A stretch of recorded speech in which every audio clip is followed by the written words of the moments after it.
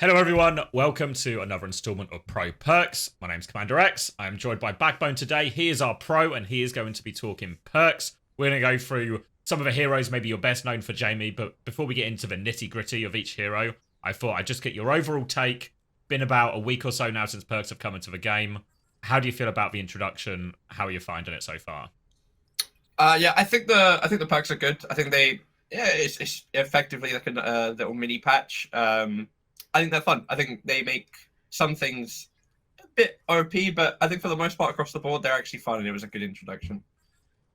It feels like they've managed to do a pretty nice job of making the heroes better at what they're already good at, what their job and their role is within Overwatch, without just making it so, oh, now D.Va can do everything, or now Winston can do everything. So it feels like they've managed to find a nice middle ground. But the most important thing isn't just that the perks are in the game, it's what are the best perks, because now all of a sudden you have decisions to make while you're playing Overwatch about which one you go for. I was going to say the skill tree, but that maybe oversells it a little bit. But I thought we'd start with May, because where else better to start with you than May? So I thought you could maybe talk us through what your thinking is when we get to the May perks. Okay, my thinking when it comes to the May perks. Firstly, with the you don't grab that if you don't. Can't grab it if you already have it. One sec. Firstly, with the minor perk, if you're ever picking anything but chilling reach, you are throwing the game. The permafrost duration and cooldown increase wall always gets broken anyway because it's too low HP to actually survive. So all you're really doing is giving yourself an extra 2 seconds on cooldown on it. Permafrost, you can do this from very far away. Yeah, it's really far. It's just under 15 meters, I think, which is really interesting when it comes to flanker characters like Tracer and Genji, because suddenly you can damage them with your left click without being in like their effective range or the range where they're most likely to shoot you and kill you.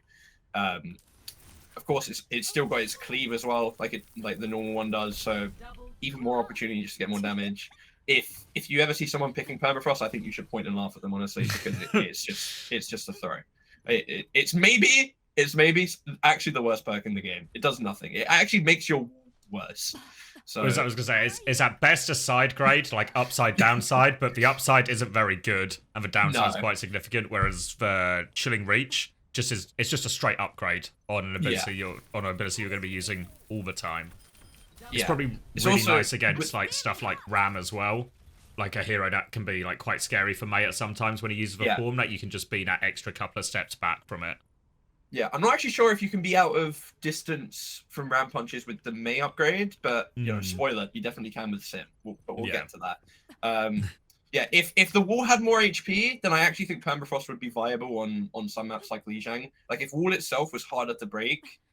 Then, like harder to break but longer cooldown type thing. Yeah, then it would be okay. But just it lasting longer, because it's only like 125 HP a pillar, that gets broken so quickly by every single character in the game. Right, so when we move on to the major perks for May, initially Cryostorm was the big one, right? Because for like mini blizzard when you ice block. Yeah, and it's very fun when this does go off, I will say, right? When you manage to get a kill. Day one of this, I managed to kill a rallying brig with it, and I think that will be burned into my brain forever. But the problem with Cryostorm, and I think with all perks, you have to think about the uptime of the perk itself, right? It's linked to an ability that is on a 12-second cooldown. And the range isn't that big for Cryostorm, right? Like it's good, but it's not great. Whereas I think if we move over to Biting Cold, my philosophy with perks at this point is that the more uptime, the better, right? You should never like if a perk has more uptime than the other one, it's probably better. I think it's a bit hard to show in practice range because for some reason the bots stand still usually. Oh no, there you go. But you see how slow that bot has started moving. Yeah, makes it easier to hit the shots. I've had a lot of people come to me and say, "Oh, I'm gold, but suddenly I'm getting an extra 2k damage a game as me with this perk because they're slower and I'm able to hit them." Yeah. I think this is pretty good against characters like Bull as well. Same reason that Groggy on Ana is quite good, just because that extra slow makes them easier to kill. So I think for 90% of situations, you probably want to pick Biting Cold because it's just easy net value. Like the Cryostorm has the potential to make big swing plays, right, where you kill someone you shouldn't. But with the Cryostorm, it's just, you got to bear in mind when you're slowing people, it's easier for your team to hit them too, not just yourself. So I think at this point in time, Biting Cold is probably the better one. I think for me personally, I like to play a fairly flanky mate. I'm probably still going to pick Cryostorm more often than Cryostorm more often than not. But I think it's just nice, easy value that can't go wrong, and it's got permanent uptime as well, which I think is important with the Biting Cold. It's the same thing you see with Ram slow a lot of the time. Whenever we watch these like top teams play Ram, all of a sudden you'll see the Ram throw his slow out, but then a Tracer's blinking in on that timing, or the Sojourn swinging with rails. So it's like not just your damage will go up, but in theory, everyone's damage will go up. Exactly. Yeah. The Cryostorm is very much for like flanky hero plays yourself, which is why I like it. But the Biting Cold realistically is better. All right, let's take a look at Sim then. Okay.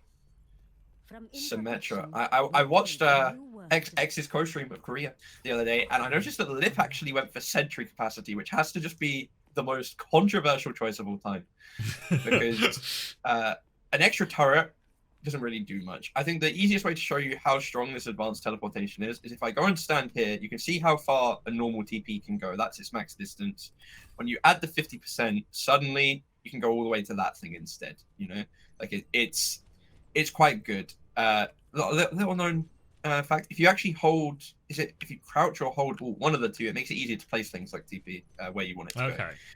But yeah, the extra TP range, it's just so strong. It's so strong. The sentry capacity, it's an extra sim turret. Sim turrets aren't that strong.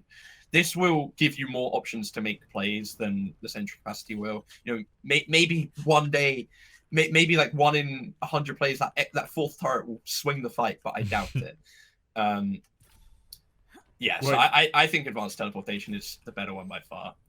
You think back on London when we were really in like our sim peak, the number of times we would have to sort of like min-max the turret's distance, and we'd have to sort of walk into somewhere quite scary, but we'd have a Rhine shield and we'd be okay. Now all of a sudden, a lot of those TPs we were doing, we could just stand a few feet back, be completely safe with a rotation.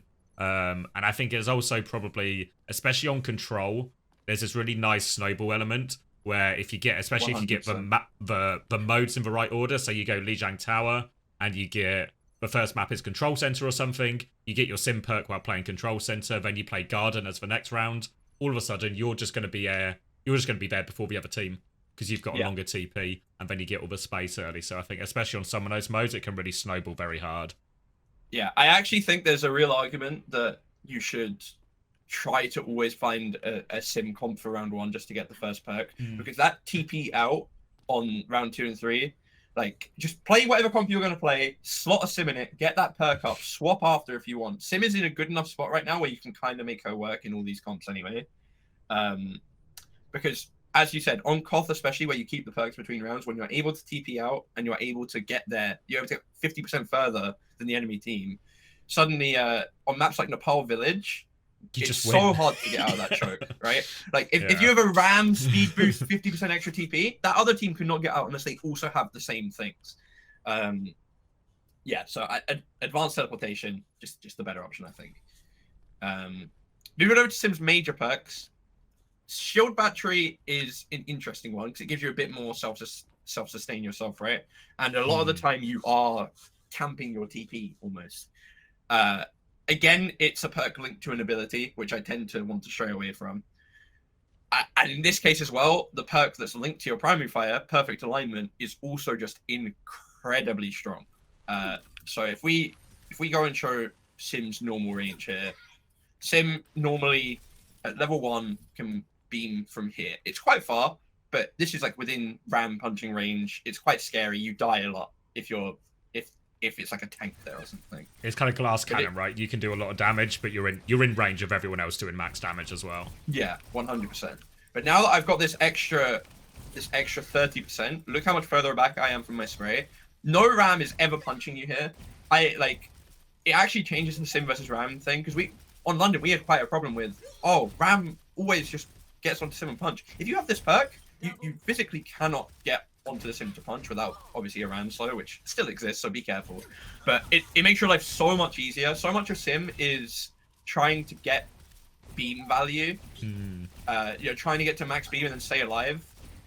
How many times, like, you have a good idea of this, how many times was I screaming for Landon to pocket me, like, through hell? Yep. Whereas if I'm this far back, suddenly I need a lot less care and pocket. So yeah, I think this one's just way better. I could see an argument in ranked maybe that shield battery in some cases is good. Maybe if you have some bad supports, but I don't know. I think even if your supports are bad and you want to heal yourself, you're probably just going to take less damage by giving yourself further range. You know, this is also a situation where like a hero like Tracer suddenly just like Tracer can't do good damage to you from that distance, right? Well, all the dual stuff, you know, heroes like Genji, Tracer, all of a sudden they have to be so scared of you. Because with the shield perk, or you get the shields back from your TP, the implication is like that would be more useful when you're doing like a harass TP style, where your TPs aren't for you, or for the whole team rather, they're just for you to get a bit of an angle, spam some people. But I think in reality, there's even an argument that when you're doing that, the longer beam is actually still more useful, because if you get that TP flank and then you get the longer beam, you can connect the beam, you know, get a high charge beam, take the TP, and then suddenly you've got a pretty long range beam. And the extra shield won't make as much difference. Yeah, I'm fully same page.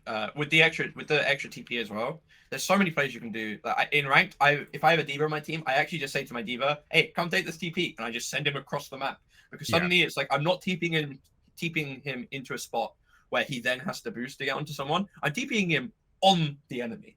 He doesn't have to use his cooldowns to get there. And if you're any hero in the game that isn't a tank and a diva just gets TP onto your face, you are dead. Big trouble. Yeah, big trouble. You are not having fun. Yeah, so that's Sim done and dusted, I guess. Really, I think advanced teleportation always perfect alignment 99.9% of the time. Where do you want to go next? All right, let's go. Should we go Reaper as well? Yeah. Okay. Like, Reaper isn't one we've really seen as much in OWCS, so we've not really had like the same exposure to that perks compared to some of the other heroes.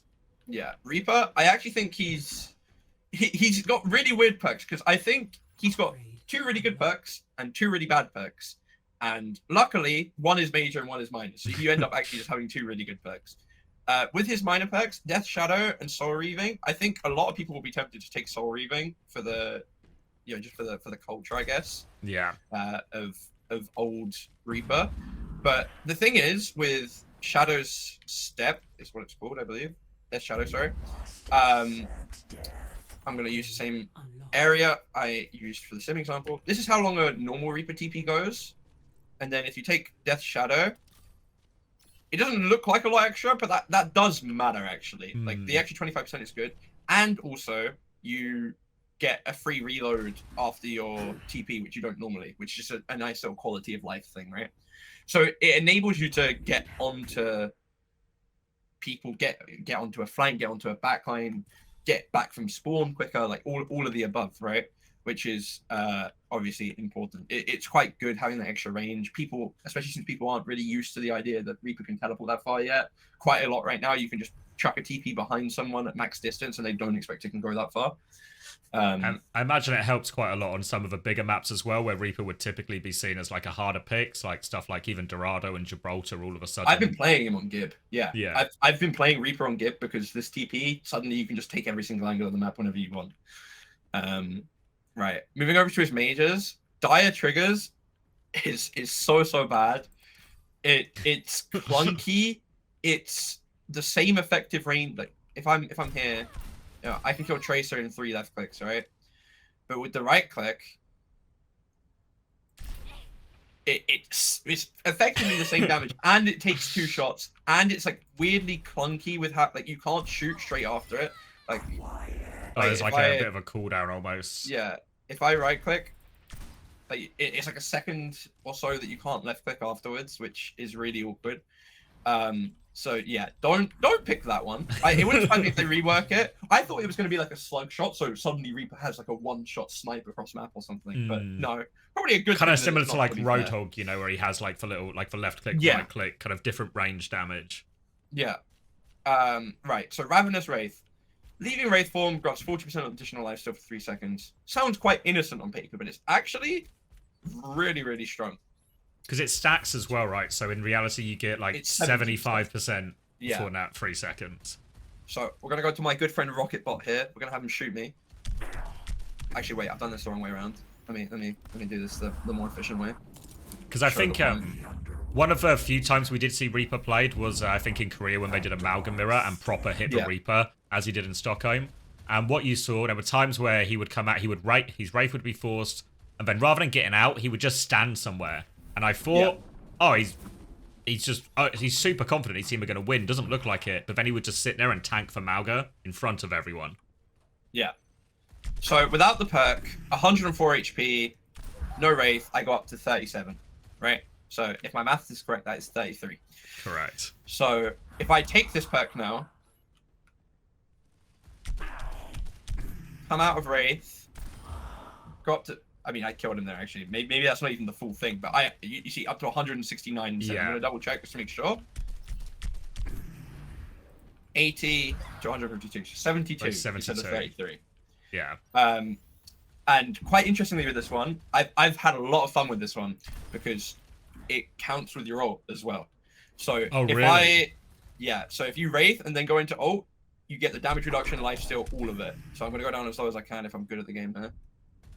All right, 55 HP. Instantly up to 300. And I'll do a normal ult without Wraith just to show that it's a bit slower. But when you bear in mind the combination of that with the increased TP length as well. But look how much slower that is as well. And of course people aren't ready for that. So effectively, if you Wraith and you're in a group of people, unless you get one shot, you're not gonna get killed in your ult because it's just like 70% lifesteal plus the damage reduction you get from the people next to you. So it's actually quite a nifty little combo. And usually 9 out of 10 times you're popping Wraith before your ult anyway to try and get into a better position. Yeah. So it's not like you're using a cooldown you wouldn't normally use. And also all of this stuff stacks as well. Like you think some of the combos we're used to seeing with Reaper where people would like Kitsune Rush or Ray with it or something as well. It just turbocharges it even further. If you did it in Array, if you Wraith and then ulted in Array, there's no way there's actually nothing the enemy team can do. They need to have a Widow and they need to hit the one shot because there is no way you are losing enough HP. Who should we go for next? Ooh. Should we go Sojourn then? Because you were pretty keen to get this one on the record. I want to clear the air on Sojourn. Okay. Because we've seen Sojourn's probably the hero we've seen in OWCS where people both minor and major players are using different options in different situations. Alright, so if you subscribe to the Backbone TM philosophy of perks, then for the minor perk, you have to go for Extended Mag. Because sure, it's only 50 extra bullets, but Overcharge, you only get it during your ult. So you only get it like 3 or 4 times a game round, depends on the game mode, obviously I'm stuck. But yeah, you only get it for however many times you think. Whereas the extra ammo, that is just consistent, tiny value that is just going to go. You do get extra kills because you don't have to reload. Like it's so common for me at this point where like I managed to kill a monkey because I'm able to get an extra like 50 charge rail and 20 bullets into him, right? That I normally wouldn't. So I'm an extended mag believer.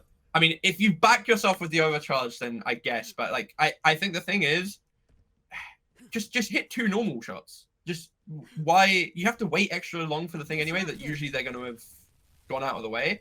Just hit the normal shots with railgun during ult, and you'll get the kill 9 times out of 10, I think. So I think the major perk is a lot more up in the air and a lot more dependent on what you're playing on. Actually, it's actually one of the few perks in the game. I feel like right now most perks it's like I'm picking this no matter what. But with Sojourn Major, I think it's very much what you're up against. So if you're up against a monkey or a bull or a diva, anything divey, then I think dual thrusters is the way to go, just for the self-sustain survivability. Just to be able to keep yourself alive. Obviously it sucks that you can't get into certain spots, but that's just life. Okay, we all have to make concessions. So I think if you're playing against like monkeys, I feel so bad for monkey players this patch because they'll be against like a Sojourn Curie and suddenly there's 2 slides, 2 TPs, cleanse, no chance of getting them. Yeah, the cooldown for the slide isn't that long, where usually if you use one slide, get juggled a bit, use another slide, get healed a bit, you get a 3rd slide whilst the monkey's primaling on you as well. So you're literally all over the place. So I think the adhesive siphon is interesting because sticks to enemies, and it generates railgun while stealing damage. I believe it generates the railgun even if it just hits normally. So it's like that Sojourn patch. It's like Sojourn a few patches ago, right? Exactly, yeah. Which is pretty strong. So I think if you're playing like a pokey mirror, right? Like if you're Havana, for instance, it's like a Ram or a Sig mirror. I actually really see the value in this one because firstly on a map like Havana, you actually want to keep your shift height to get to a lot of the spots. Like on first, you wouldn't be able to get to the high ground first. Secondly, just being able to get the extra shots is quite nice, and obviously if it sticks to them, that's a lot of damage. It's actually really annoying. Like if you ever catch, obviously a lot of time you see it just sticking onto the tank. But if you ever get it onto like a squishy or something, or one of a backline, it's super annoying. And even for the tank, if you hit the tank and they feel the need to step backwards, depending on what you're playing versus, you're just walking into your backline or something, you know? Yeah. It obviously does less damage, like if you look at the stick compared to the non-stick, but better luck next time. It's quite good, I think. I think just the ability where if they're playing these like ground tank fairly stacked comps to potentially get a 5-man cleave with the stick, and also just to charge up your shot, because usually those are the types of comp where it's scarier to peek as well, right? Like there'll be another sniper, there'll be another Sojourn. So just like every little advantage you can get to charge up your shot, because you get the full. Obviously that's from 2 of them, but you get the full shot. Yeah, so that's my opinion on the Sojourn perks. I really am not a fan of Overcharge just because of my perk philosophy, I guess. But yeah, that's what I do. What's nice about the Sojourn perks as well is with those major ones being useful in different situations, because they're the major one, you're a few minutes into the game, so you know exactly if you need the extra slide or if you don't need it, and you can go for like the extra damage. And I guess as well the fact that the siphon sticks, it does a little bit more, it builds your rails, it also almost buffs itself if you like find value with it as well. 100%. You want to do Venture next? Let's do Venture then, because we've seen little bits of Venture here and there. I feel like most commonly, probably people, or at least for players we've seen OWCS, have been leaning towards the one that buffs all of your cooldowns in Ultimate quite a lot, and then obviously like the range one as well. But what's your take on minor and major? So again, I like perks with higher uptime, so I'm actually quite a big fan of Seismic Sense. I saw something interesting with Excavation Acceleration where I think if you're underground whilst in your ult, you can actually just right-click permanently. I don't know if that's a bug or not, but it feels like it should be. But yeah, a perk linked to just an ult, again, I'm not overly a fan of. Whereas with Seismic Sense, I actually think there's a lot of interesting things you can do with it. Not only do you give yourself the information, but you can ping these people through the wall, and suddenly your team can see them too, which is quite important. Same as like old Sombra, right? Where like exactly. When we played that Sombra meta, especially like a season 6 of Overwatch League, and the Sombra's just behind you permanently, as like they just have perfect information on every move your backline or hit scan make. How often do you get naded by an enemy you can't even see because she already knows where you are because there's someone behind pinging, you know? So I think this one's quite good because it also helps you if you're on a flank, like going around a corner, you know who to go for a second sooner, which can make the difference. The Excavation Acceleration, it doesn't feel like.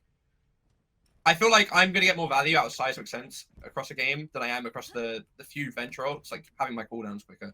Because I feel like with the ult, a lot of the time you're wanting to use the ult, not your cooldowns anyway. Obviously the drill dash might help you use it, but the burrow, I feel like I never want to burrow during my Venture ult. If I'm burrowing during Venture ult, it's probably because I'm gonna die and I'm not gonna use any more of my ult. So it feels a little bit clunky to me sometimes, just in terms of like, because the shots are obviously on a cooldown as well. You have to get all the shots out before it expires. That is like hard to sort of min-max that every time perfectly. Yeah. So when we move over to the major, Covered in Dirt was bugged for a bit, because right now it's Clobber guns up to 30 shields when you melee, right? Which, you know, it's nice, but it was bugged for a bit that it gave extra shields when you right-clicked as well. And when that was the case, I'd say that this was actually a really viable option if you wanted to pick it.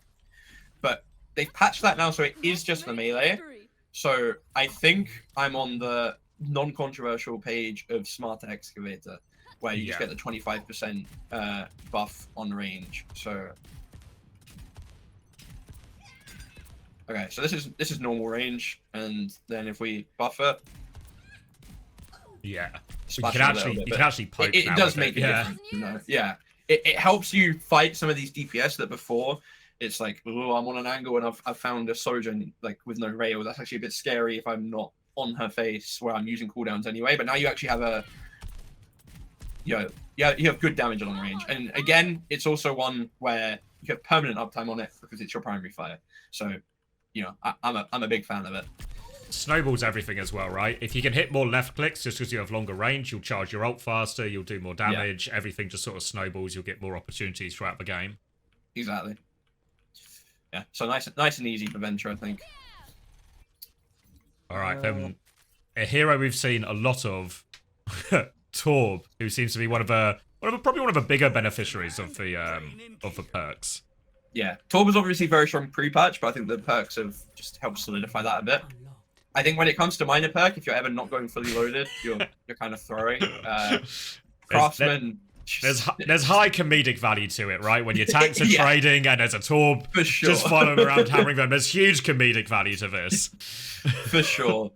Craftsman is like the ghost cleanse of Overwatch, the new ghost cleanse of Overwatch. If I see someone pick Craftsman, I'm worried they're wanting to throw my game. Being able to just pressure E, which is your main DPS threat, and then be full ammo to actually use it all. Really, really nice, really, really strong. So moving on to the major perks for Torb, it's very map and point dependent. I think Anchor Bolts is always good if you're defending. If you have the space and you're able to pick these super annoying cringe high ground angles, really, really good, I think, and you should pick it. I think it was Checkmate actually, who on route in OWCS the other day on attack made the decision to go for overloaded turret. And at first I was like, but funny wall turret. But it makes sense if you're on the attack on an escort that you're not really going to be able to get your turret in any of these super annoying positions because you don't have the space. So being able to just chuck a turret at the back and, I think at one point it marked a Genji flank completely because as the Genji came through, Checkmate so happened to overload on main and it does a lot of damage. Like, it does do a lot of damage. It heals itself as well, doesn't it? So if your turret starts taking damage, you can sort of like save your turret essentially a little bit. Yeah. It's a bit clunky, I think, this one, especially if you've just put the turret down. And also the fact that when you pop it, it stops doing damage for a second. But, I think if you're on a map, if you're on like an escort mainly, pretty much escort only, because escort is the only map type where you're going to be attacking only for the entire time, right? Like on push, you're going to have times where you're defending. On Koth, you'll have times where you're defending. But when you don't have the luxury of the space to decide where to put these turrets up on annoying spots, Overloaded Turret definitely has its use pretty much in that specific niche. But 9 out of 10 times you're doing Anchor Bolts, I think. You see it a lot as well, where maybe, certainly, it's very true, I see it a lot on like Flashpoint maps as well, where they'll use the overloaded turret and they'll throw their turret in like one door or like one little window, then they'll swing the other door and they'll press both buttons at the same time and suddenly the flank is like, all these Torb flanks we saw people like Checkmate getting value of even pre-perk, and now just 10 times scarier. Have real deadly threat. Just getting caught by those rockets, it does a lot of damage. It really, really does. If you're able to sync it up properly, I think it would be a lot better perk if it was its own separate ability. But that's the only downside, right? Its main drawback is that it's linked to your best ability that you don't want to use for a turret, right? You want to use for yourself for survivability for kills. It makes it a bit of an all. If you go on the flank and you press the button to try and hit your shots and your turret get value, obviously, great chance you can convert kills or just do a bunch of damage. But also it means if you don't get kills in that window, you've just used all of your cooldowns and you're on a flank by yourself type thing. So it can be a little bit feast or famine in that sense. But I think also when the timing lines up, it's just really hard to deal with. And yeah, for sure. All the heroes Torb is normally good into, like for Tracers, for Genjis, for ones that are annoying to deal with. They hate it. They hate it even more, yeah. If it wasn't annoying enough to begin with, it's even more annoying now. Should we do Pharah next? Yeah, we can do Pharah. Alright. Pharah is quite strong right now, and I will start off by saying I don't have the biggest Pharah credentials in the time. But I do feel like I am in a spot where I can tell you which perks are good. So when it comes to Drift Thrusters versus Helix Shields, shields are kind of pointless with the passive, as far as I'm aware. Like with the self-healing passive, they heal slightly quicker, I think. It's maybe like one that's maybe nicer, a little bit more in ranked or something, where you don't always have like a comp that matches. You just want to play Pharah and the healers don't always match with it or something. Maybe it gives you a bit more sustainability. Maybe, but it I think you like heal to more full like niche. a few seconds quicker, like Yeah. 2 or 3 seconds quicker, which is a lot, but the moving during barrage, it's just better. Your control to go down, obviously, which I feel like a lot of people won't be thinking of. But you can go down during it, guys. You can press control. Space go up, and yeah, it looks a bit clunky from other people's POV, and you're still gonna die a lot because you're not moving that fast. But it does help you survive situations you wouldn't normally. Yeah, this might be the first perk of the video where I'm going against my uptime with like the shields versus ult, but I think it's worth it for this one.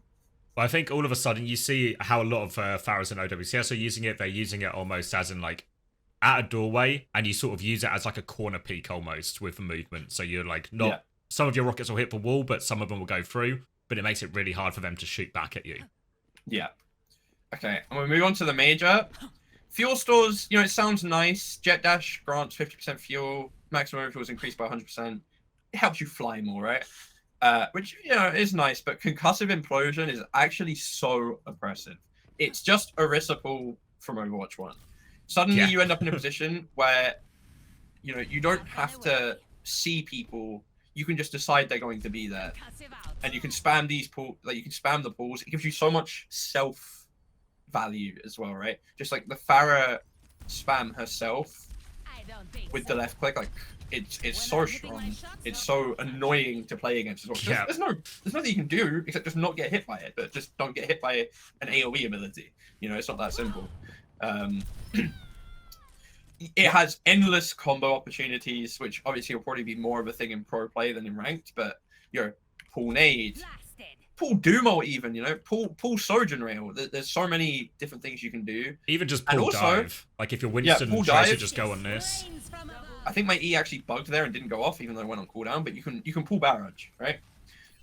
You can set yourself up for a better ult. Yeah, which we've seen is that obviously loads very over the strong. weekend, didn't we? Of just like really oppressive ult combos. Yeah, so quite a simple one. Just even like that, even like guaranteeing a direct hit with left click is so strong for Pharah.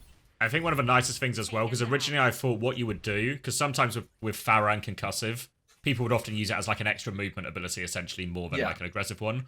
But with the implosion, you can still move yourself as well. Like it's not quite as much, but you can still like pull yourself forward essentially if you like find something close enough to explode on. So you don't even lose your movement ability from it. Yeah, it's also a little bugged with Sim TPs. You can pull Sim TPs, like the actual I saw that on Night Market, which is interesting. It's actually bad that it does that, because if not, you just pull the Sim away from it and kill the Sim. Because it goes with her, she just TPs out. But yeah, no, quite an easy decision for Pharah. That it's just a good combo. They synergize together quite well as well when you get the moving barrage and the pull. That's the one we've seen the biggest consensus of so early on in OWSS as well, where every Pharah is these two perks almost, no matter what comp they're playing into, what comp they're playing with, what map it is, etc. Yeah. Shall we do Tracer? We can do Tracer. I think this is also one which is pretty unanimous. Big consensus on this, I think, yeah. Yeah.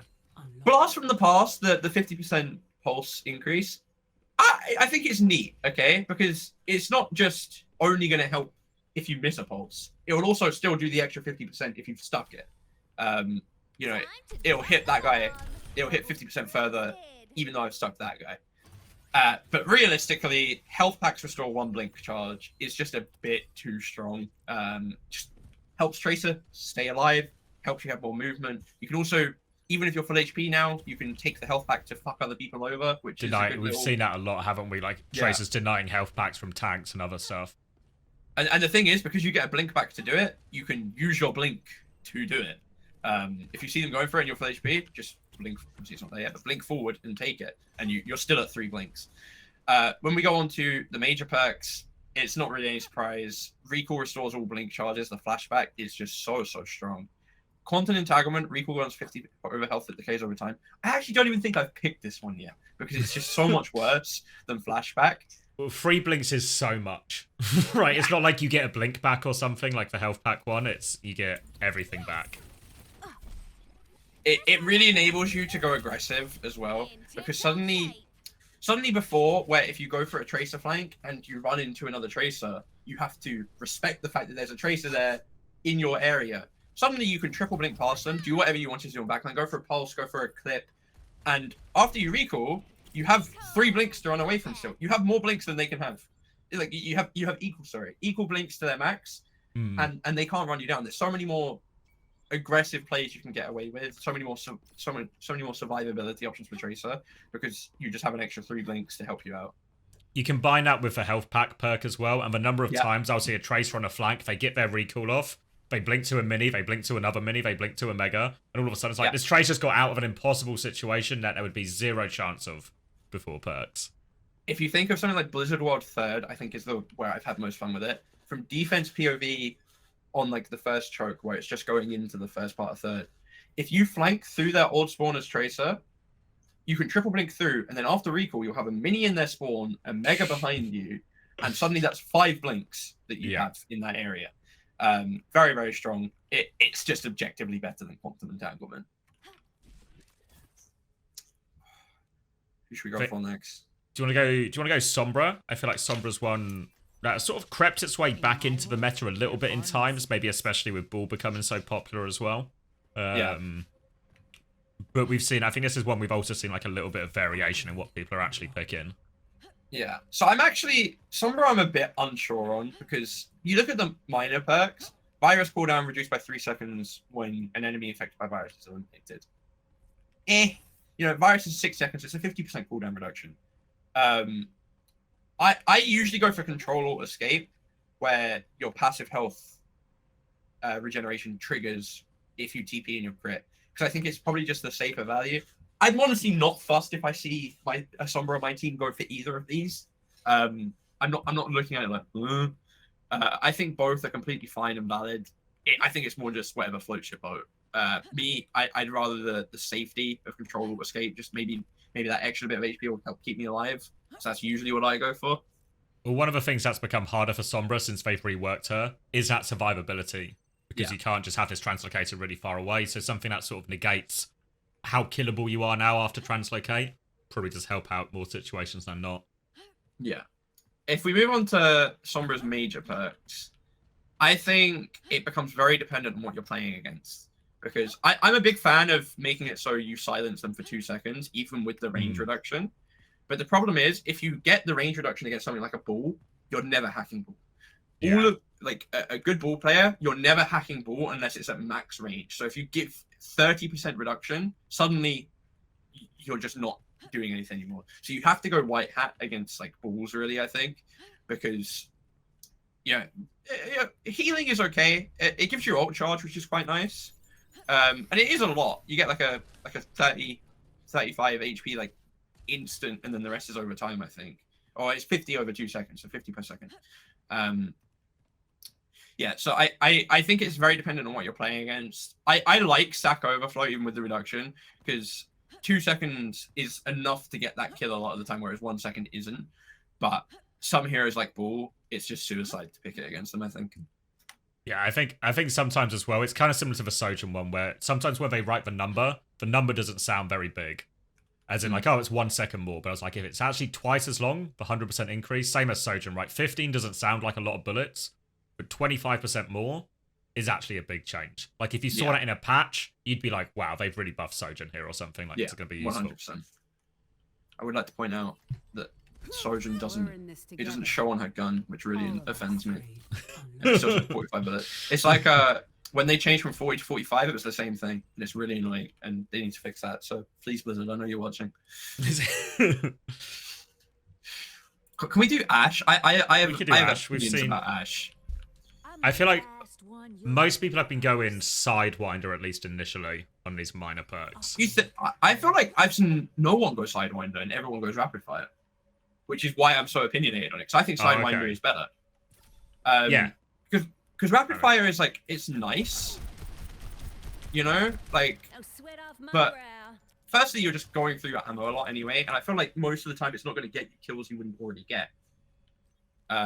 Whereas the thing is with Sidewinder, firstly, it helps you get to places you maybe couldn't before, which maybe is really a problem for Ashe, right? She can go pretty much everywhere already. But also, things like a monkey diving you suddenly become so much harder for the monkey. Like, because you move from 20% further back, I do think both of these are a bit mid, the minor perks. I don't think either of them are particularly great. I do think Sidewinder is the better of the two.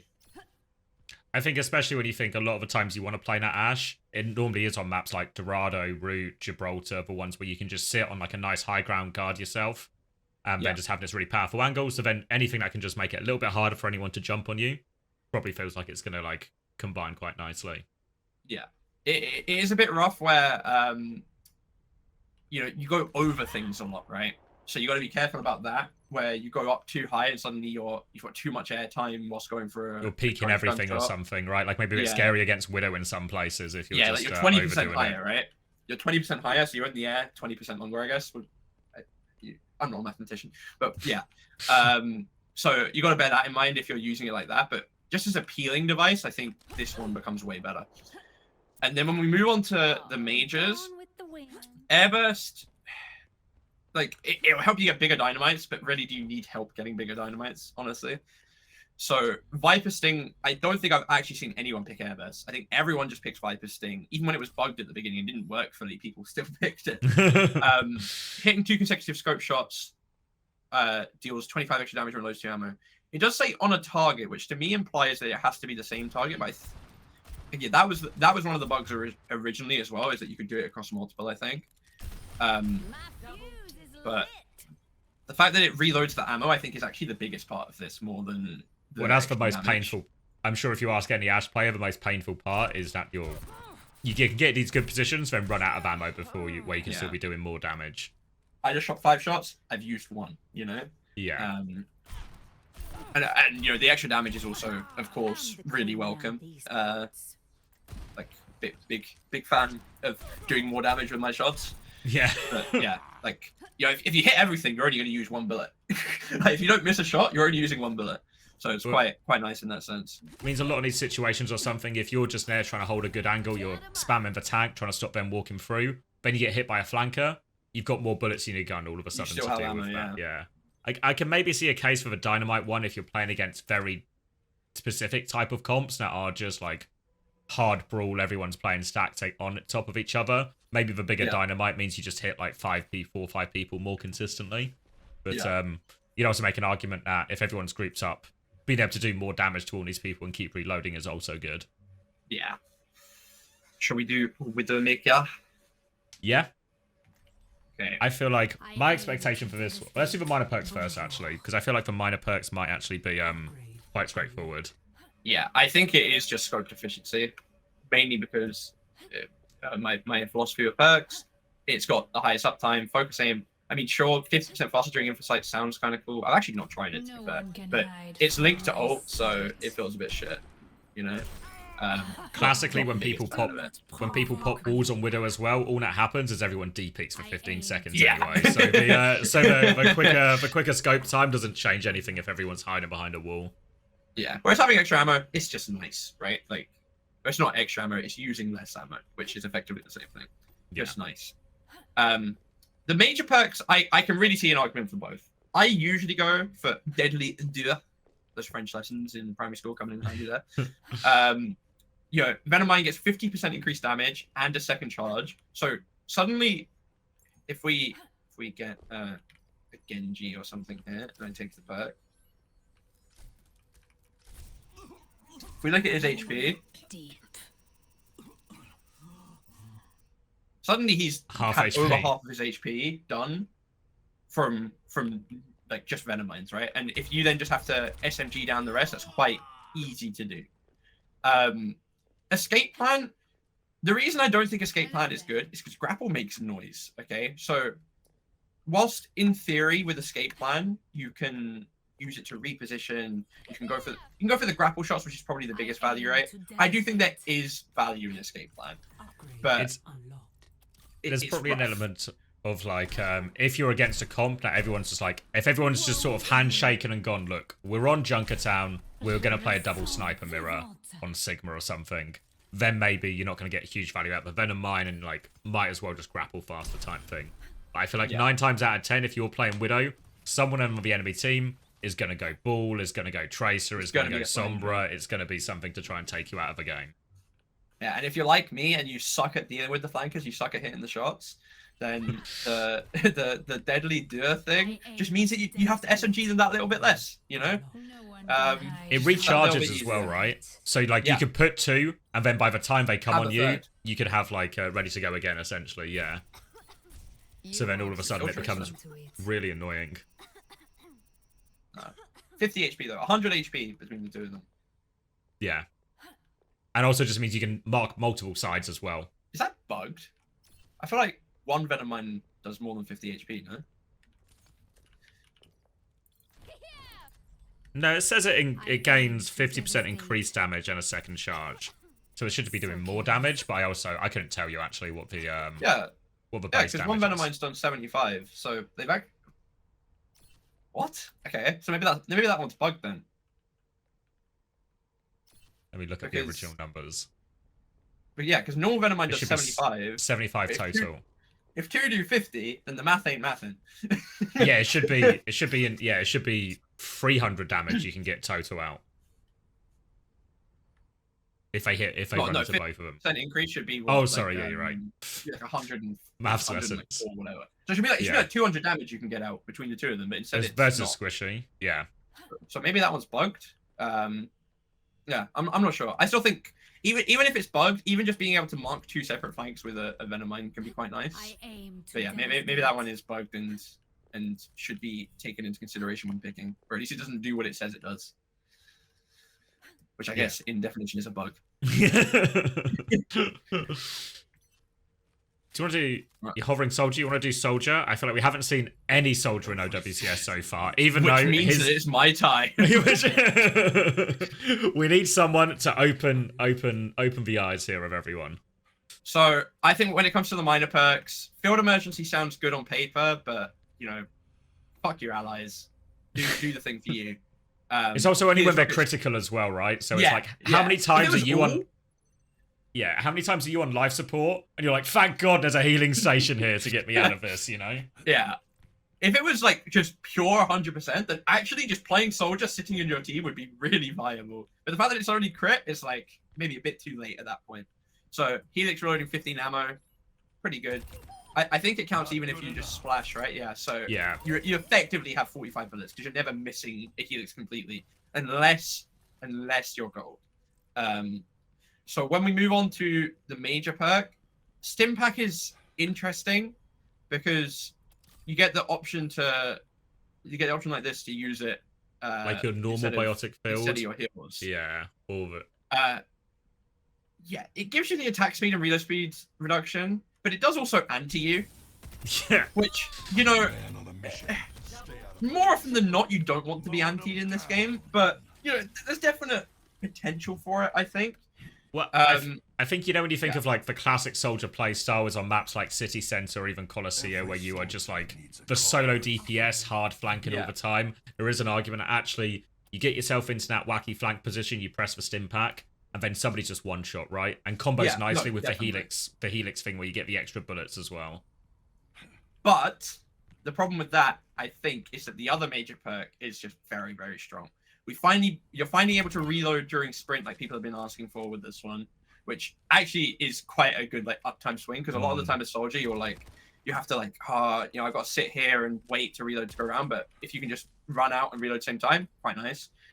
Also, just an extra 20% sprint speed increase is obviously good. Helps you get there 20% quicker.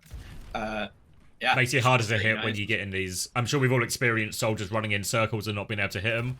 And now it's gonna be even worse. And they're gonna be able to reload during it. And they're gonna reload and have like they're gonna drop it like Helix. Yeah, they're gonna hit you with everything afterwards as well. Yeah.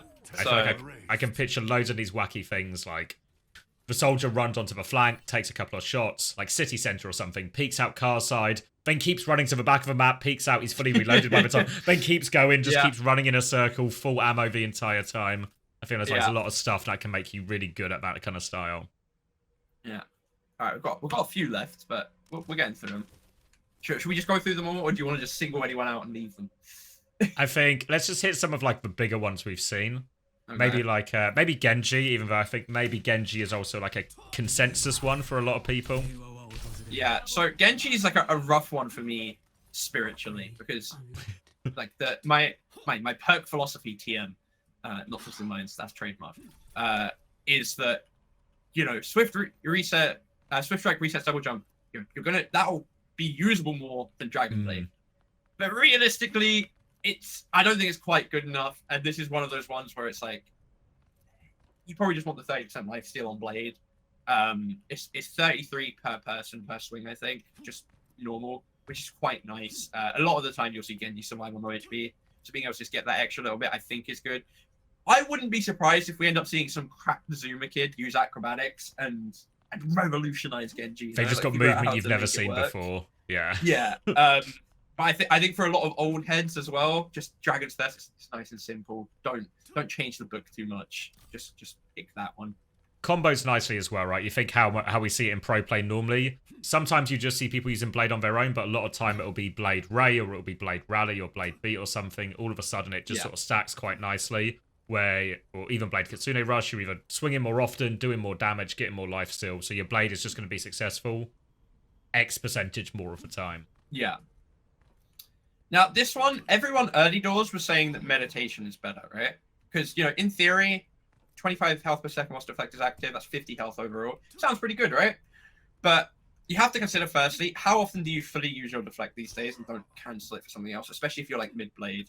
And also, when you look at blade twisting, 25 additional damage with dash over time when used after an elimination. The after an elimination makes it sound a bit but it's really common for Genji to kill one, dash onto another. And suddenly that's an extra 25 HP that you get onto that one. And also anyone you hit with the dash going through, which makes that kill easier. So I think we're in a world where blade twisting is actually what people are picking more often now. I don't really see meditation in ranked anymore, like I did the first few days.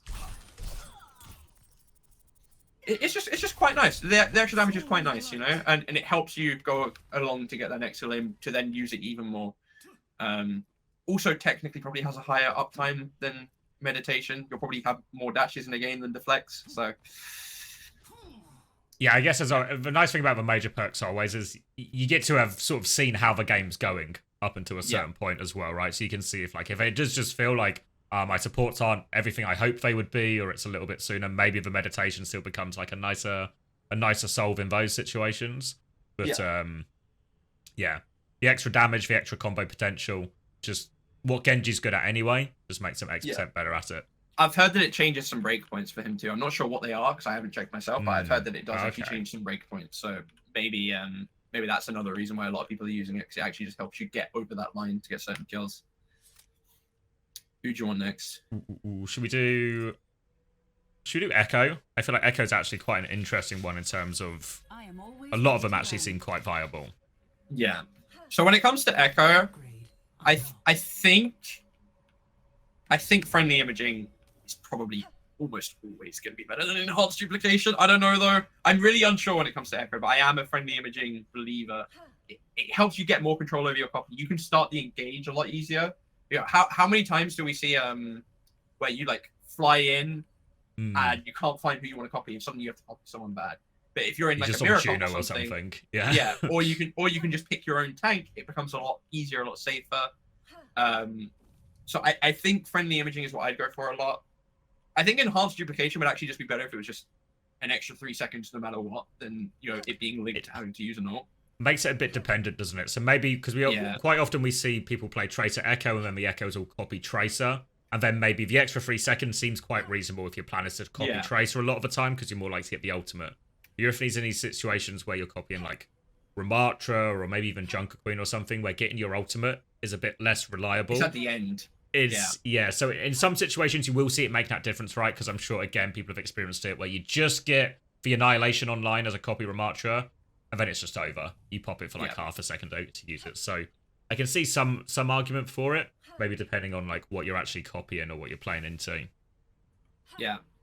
When it comes to full salvo or high beams, I'm leaning towards full salvo. High beams sounds nice in theory, but I don't know how many times, like, the thing is with flying is that you usually go up when you do it, at least a little bit, right? Like, even if you keep it down, I suppose you can do like you can do like that, which is quite nice, but it doesn't send you that far.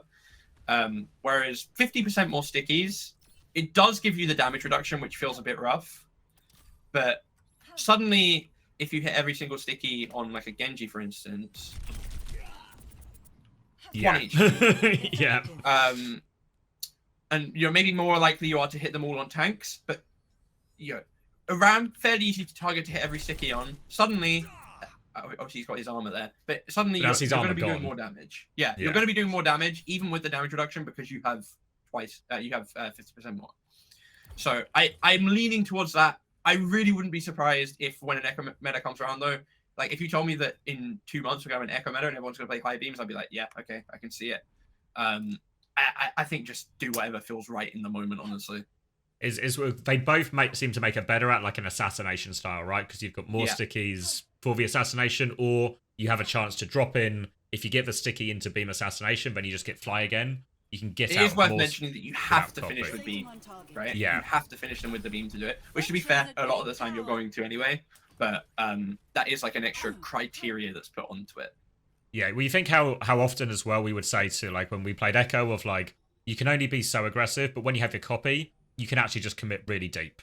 Because you have your copy to get you out of trouble, and then you'll have fly even if you get forced out of copy. Now with this, maybe there's more examples, or actually, if I think I've got a good flank, I can just go for it, back myself to get the kill, and then I get out of there Fly as well, out. even if I don't have my ult. Yeah, no, I really could see it.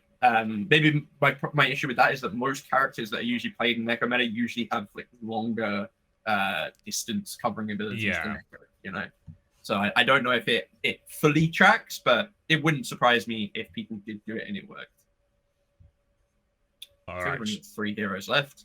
Should we hit? Yeah. Should we just leave them alone? Well, no, we've got like all the wacky ones. Let's do the wacky ones. Okay. I think it's only 4 heroes left. Cass, we'll go for the least wacky first. Someone needs to fill Yeah, this. so to be fair, not actually tremendously unwacky by trade. I think Cass's minor perks are awful. I think going quick draw, I think it actually nerfs you because you go from let's get Queen in here. You go from being able to do this, right? And suddenly she's what? 25, 50, 75, 100. She's a little over 100 HP, right?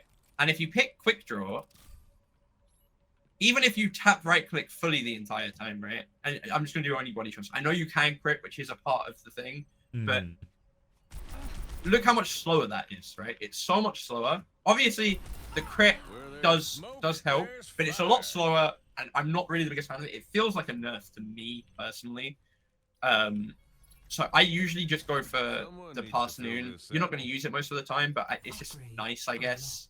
It just means you get it more often. You know, it just means you'll get it just like a few more times per game. Yeah, it's not uncommon to have your Deadeye just run out. So to keep 30% if it does, quite nice. When we move on to the major, I struggle to see a situation where you pick Bang Bang over Gunslinging. Throwing a second flash and it travels further with reduced damage. I mean, maybe an extra opportunity to hinder someone could be nice. It'd be good against flankers type thing, you know, because like if someone's trying to get out. But the problem is, it might be slightly better against some of these situations, but it feels like gunslinging also makes you better in those exact same situations. Yeah, if you're able to hit the crit, like, it's a bit ridiculous, honestly. Just infinite rolling and infinite, I mean, obviously this is like the ideal. You never miss, right? You know, so it will always look a little bit better in practice range. But in general, the ability for like the number of times you might get pushed by an Orisa or a Ramatra or something, and all of a sudden you hit him in the head as you're trying to walk backwards, then you've got your roll a little bit quicker. Or you've got a second roll even to get out of it. Even one crit makes it a 50% cooldown reduction. You know? Yeah. So quite happy with that, I think. Right. Bastion, Hanzo, or Junkrat? Take your pick. Let's go Hanzo. It's been a while, but you did used to have a reputation in Europe as the Hanzo player to watch out for. I did. So Sonic Disruption, I think it's the worst perk in the game. Why would you want to use your Sonic to hack a health pack for only 12 seconds as well? If it was something ridiculous like a minute, like Sombra's hack or something, where at least like it's like 30 seconds, so you can maybe use it to deny it from like flankers or tracers or balls or something. But like 12 seems like minimal. It's not good. So Scatter Arrows is better. It only goes off if you like don't actually hit the shot, and it's not super strong. Like it's not like Old Scatter, but it's something. You know, it might get that little bit of extra damage that will help your teammate kill something. If you're in a room, it'll still do decent damage. I don't know. It doesn't crit, which is worth thinking about. But there's also yeah. no downside to it either, right? It's not like you lose out on damage or arrows. It's, you know, your Storm Arrow still does everything it would normally do. Yeah. So me and you actually were disagreeing on this one the other day, I think, actually, during your co-stream. Yeah. You said the wall climb accelerating launch cooldown by 250% feels broken. But the problem I have with that is that, you know, let me use it. Wall climb, like, how often am I wanting to, like, how often do I really get value out of this, right? I know. I feel especially like since you can't like hold a shot go anymore. Like, I don't know. What did you think of this one? Well, I think a lot of the times as well when I see Hanzos get dove, they'll hit like their lunge to get away from the Winston or the ball or whatever, and then they'll try and go into the wall climb, right? The same way we'll see like Kiriko and Genji do this, right? They might have to use their cooldowns when they go into a wall climb. So I think all of a sudden the fact that you get that lunge back so much quicker, I feel like it ends up, there's like more times you can actually get away with these things. Because that's Hanzo's main weakness as a hit scan, right? Yeah. Is that compared to Sojourn or Ashe, his movement just isn't as good or isn't as consistent. So I feel like that negates one of the bigger downsides of Hanzo. Yeah, no, you could be right on that one. I'd be willing to accept that maybe even that is the better perk with that in mind, like if you're playing against a divey type comp. I've been picking Dragon Fury. You know, 25% attack speed for 1 second. It just helps you hit the next shot. It helps you charge up quicker, which, you know, is important. It's a bit I think, honestly. So this is how long it takes for a normal charge shot. And then with that, it's like that, right? So it's quite good, actually, but it does require hitting that crit. Yeah, I don't think Hanzo's perks are especially good. I think Hanzo might actually be one of the heroes that...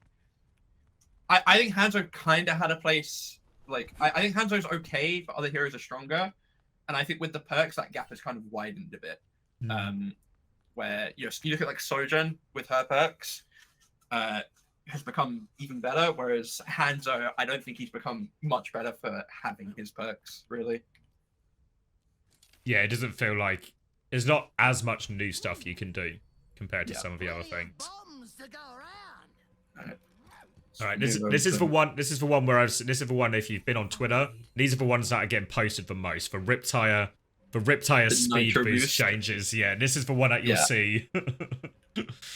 Yeah, so I think aluminum frame isn't really worth it. Just extra 50% of steel trap. Usually you have a fairly, like, you're able to pick where you want it. If you want to throw it a bit further, you just can. It's quite far anyway, right? Like, even when we when we saw people like Kaya and Gurkmeister in OWCS last year, the number of times I'd see people get caught in a trap because it's just in a random place far away from a Junkrat or something because he's just lobbed it. It still kind of has a pretty reasonable range anyway and it can catch people out. Yeah, so the interesting thing about this, let me let's do Ryan. So I think Ryan lives on 1 HP to a normal ult. I think. Nope, never mind. Let's try Malga.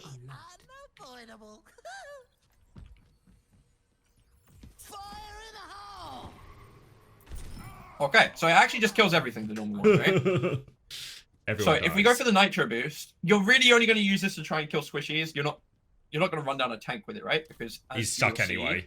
Yeah. As you'll see, the tank won't die from it. You know, only does half damage. But it's really good to help run down other people. It's annoying to play against as well. It's a lot harder to shoot. It's just to help you kill squishies, really. Big maps as well, right? Like you think some of it, again, like the go-to ones of like Gibraltar, Blizzard World second, all of a sudden that can be like sometimes a really hard one because the tire has to cross several miles to get to where the backline's playing. All of a sudden now you can negate that a lot. So you can choose between increasing projectile speed on your primary fire but reducing ammo, or you can buff your mines, right?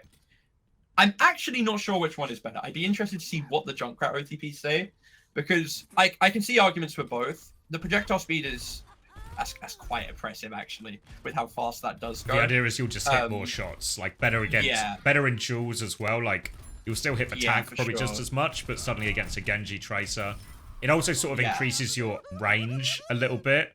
Even though obviously you have like you can max range anyway, your ability to hit consistent shots at this sort of mid range is going to be a lot higher with this. Yeah. Okay. Seeing how oppressive that is with the 40%, I think that's probably just the better one. TikTok, maybe it has the the fact that it has to charge, right? Maybe it has like hiding mine potential plays. It's like a camper style, isn't it? Of like, are you just going to sit on a flank and just sit there with the mine and just look to try and assassinate people? If you do that, it's probably worthwhile. But then again, even on the flank, being able to do that, probably better, you know? Alright, last but not least. The big B. Alright, this is one of... I feel like Bastion's actually one of the ones that's been like the most fun in terms of how they've approached it with perks. Agree. I've seen like one person take armored artillery. It's only linked to your ult. It doesn't really help you other than that. Smart bomb, 25% extra knockback and doesn't damage you. Yes, please. Helps you hit these rollouts. Helps you do everything. Helps you make your Reddit clips. All right. This is the one where people, everyone at the start was going for Lindholm explosives. I'm seeing more self-repair these days. Lindholm explosives is quite fun. I think they fixed the bug on it as well, where you didn't get ult charge. You know, it's a fun one, right? Combos nicely with the right click as well. Like, if you do the mine and the thing, you have like a real one-shot potential with it. Yeah, for sure. I'm really hesitant to take away Bastion's sentry turret because that is his character, right? I'm not saying that from like a Blizzard point of view. I'm saying that from a picking a perk point of view, right? Like, I'm hesitant to get rid of his thing. I don't actually know how egregious the self-repair is. I've seen some people say it's broken, so let's find out together, okay? We're gonna stand in front of this man. We're gonna see. Because there's also there's no cooldown either or meter that you're dealing with here all of a sudden. Like, so you're just you're just you're passive, but you're self-repairing, self-sustainable, independent robot. You also don't even have to hold it. You can just tap E. You know, nice and easy. I did let it kill me then, but you know, I think you still have to press the button, yeah. Yeah, I don't know. I don't know if it's like a case of against certain comps, you might want to take the Lindholm explosives. Like, is it because obviously when you're on the turret, it can be very effective against shredding a tank because you just can't miss. You can burn every bullet into a Rhine shield, into the Malga, or anything like this. But sometimes if you're playing against Tracer, Genji, stuff like this, can be very difficult to get consistent shots. Whereas for Lindholm explosives, it gives you splash damage. If you ever hit the direct, it does massive damage as well. So maybe gives you like a bit of a better dueling matchup depending on what you're playing into. I will say, you know, the one thing that a lot of people do when they see Bastion is that they hide, right?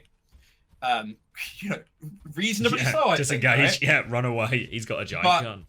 What this one does do is pretend that I can't see this guy. You know, you can get this splash damage. That's actually quite decent as well, like around corners. So I've had it happen a couple times where I'm on Tracer, I DP Bastion, and suddenly I'm just dead to him spamming a corner, right? So there is that to think about as well, but I think self-repair is probably the easier value, and also just Bastion's normal sentry turret is pretty strong, so changing it out is a bit controversial at times, I think.